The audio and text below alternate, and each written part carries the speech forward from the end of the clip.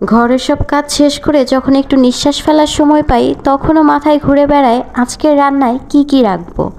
সংসার মানেই তো প্রতিদিনের নতুন নতুন চিন্তা, আর সেই চিন্তার ফাঁকে যখন একটু ভালোভাবে মন দিয়ে রান্না করি তখন মনে হয় এই রান্নাই হয়তো আমার পরিবারের হাসির ছোট্ট কারণ। আজও বানিয়েছি 3-4টা সহজ, ঝটপট আর ঘরোয়া স্বাদের রান্না। চলো দেখি কি করছি।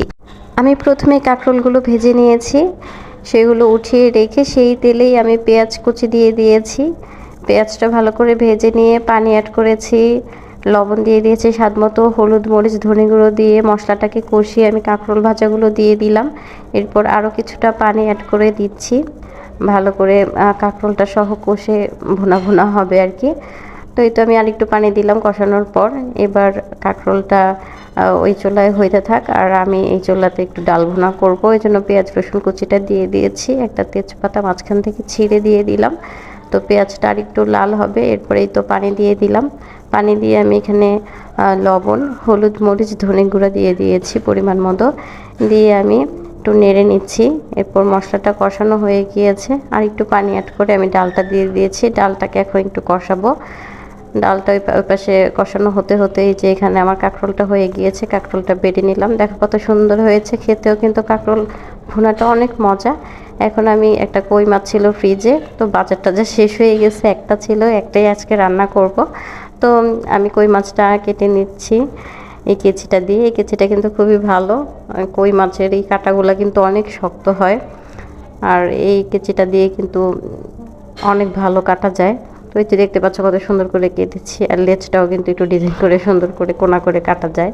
তো এই তো আমি মাছটা পিস করে নিচ্ছিলাম, আমার মাছ কাটাটা কিন্তু হয়ে গেছে।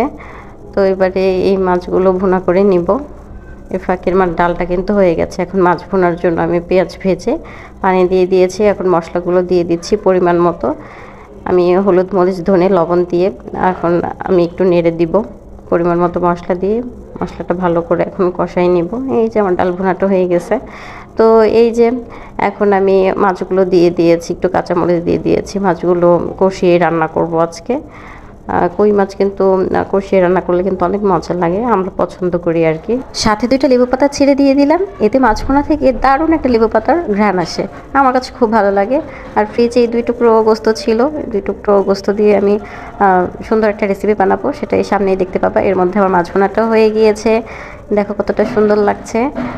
আর এই যে মাছ ভুনার সাথে লেবু পাতাটা দিলে কিন্তু গরম গরম ভাত দিয়ে খেতে দারুণ লাগে। দেখো কত লোভনীয় হয়েছে, খেতেও কিন্তু দারুণ ছিল।